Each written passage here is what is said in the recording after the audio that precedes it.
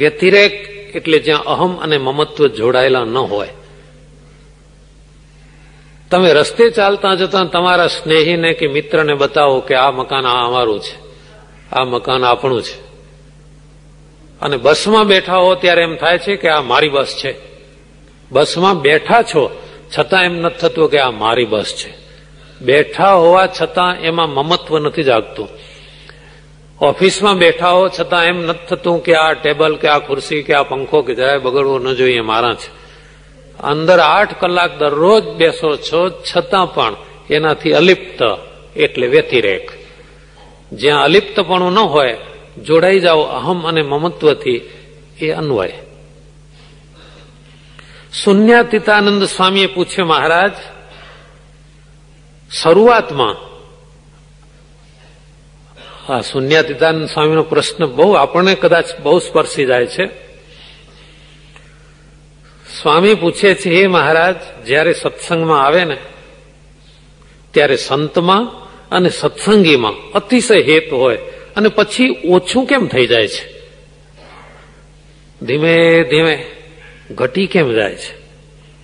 સ્વામિનારાયણ ભગવાન કહે છે, શરૂઆતમાં અલૌકિક મતિ હોય, આ હરિભક્ત બહુ મોટા, આ હરિભક્ત આગેવાન, આ હરિભક્ત કેવા કીર્તન બોલે છે, આ હરિભક્ત કેટલા બધા વચનામૃતો બોલે છે, કેવું ભજન કરે છે, કેવી સેવા કરે છે, આ સંત કેવી કથા કરે છે, આ સંત કેવી સેવા કરે છે, શરૂઆતમાં હોય. અને પછી ધીમે ધીમે ધીમે આ હરિભગત કીર્તન તો બહુ બોલે છે, પણ ઠીક મારા ભાઈ, કેમ શું થયું? કાલ મને કહે છે અહીં ઉભા ન રહેવું, અહીં વાતો ન કરવી. બોલો, 5 જણા ઉભા હતા ને આવું સંભળાવી દીધું. એટલે વિવેક થોડો ઓછો. એટલે શરૂઆત થઈ ગઈ.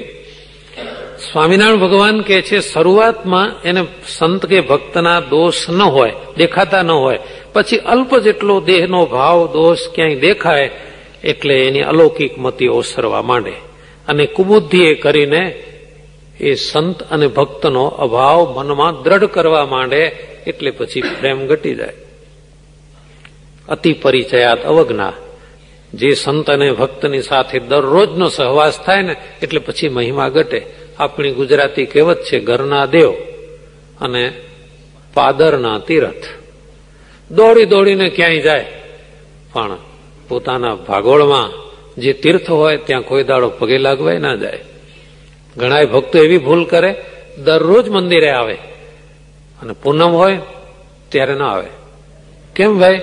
આજ તો દર્શન કરવા ગયા હતા અમુક જગ્યા કોન્ટ્રાક્ટ સિસ્ટમો, એક સમ વાહન દોડાવે તો 1, 2, 3, 4, 5 જગ્યાએ દર્શન કરી આવે.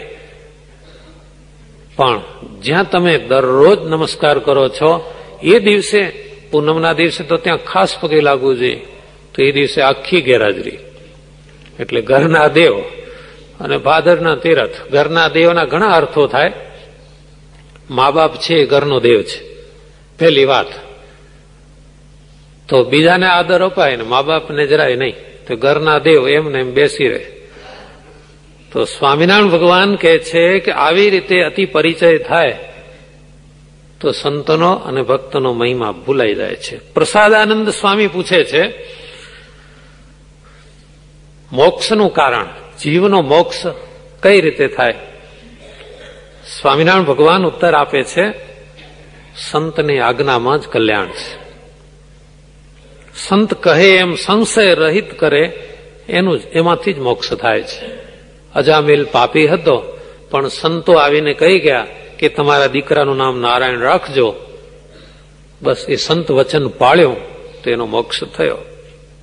સંત કૃપાએ સુખ ઉપજે, સંત કૃપાથી સરે કામ, સંત કૃપાએ પામીએ પૂરણ પુરુષોત્તમ ધામ.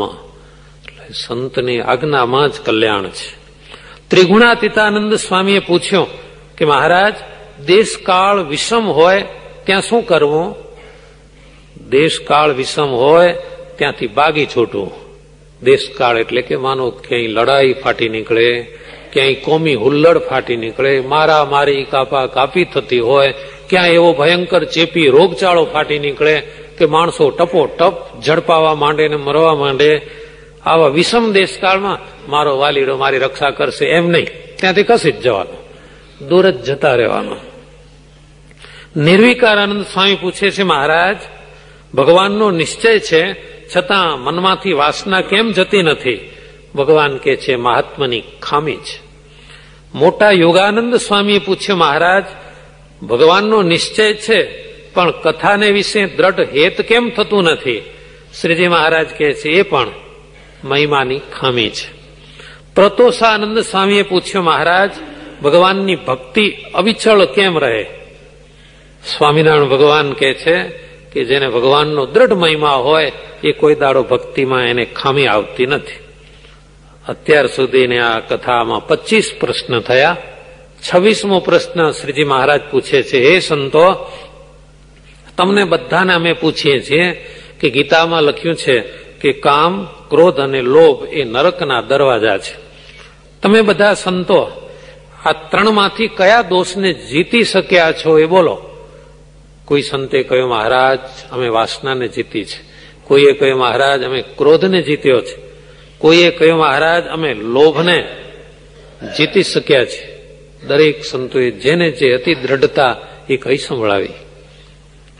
સ્વામિનારાયણ ભગવાન બહુ રાજી થયા અને આત્માનંદ સ્વામી, યોગાનંદ સ્વામી, ભગવદાનંદ સ્વામી અને શિવાનંદ સ્વામી એ 4 સંતને બોલાવી અને પોતાના ચરણારવિંદ એમની છાતીમાં આપ્યા અને આજ્ઞા કરી કે જેમ માનુભાવન સ્વામી આદિક મોટા સંત છે એમ આ 4 પણ મોટા છે એમ સમજજો.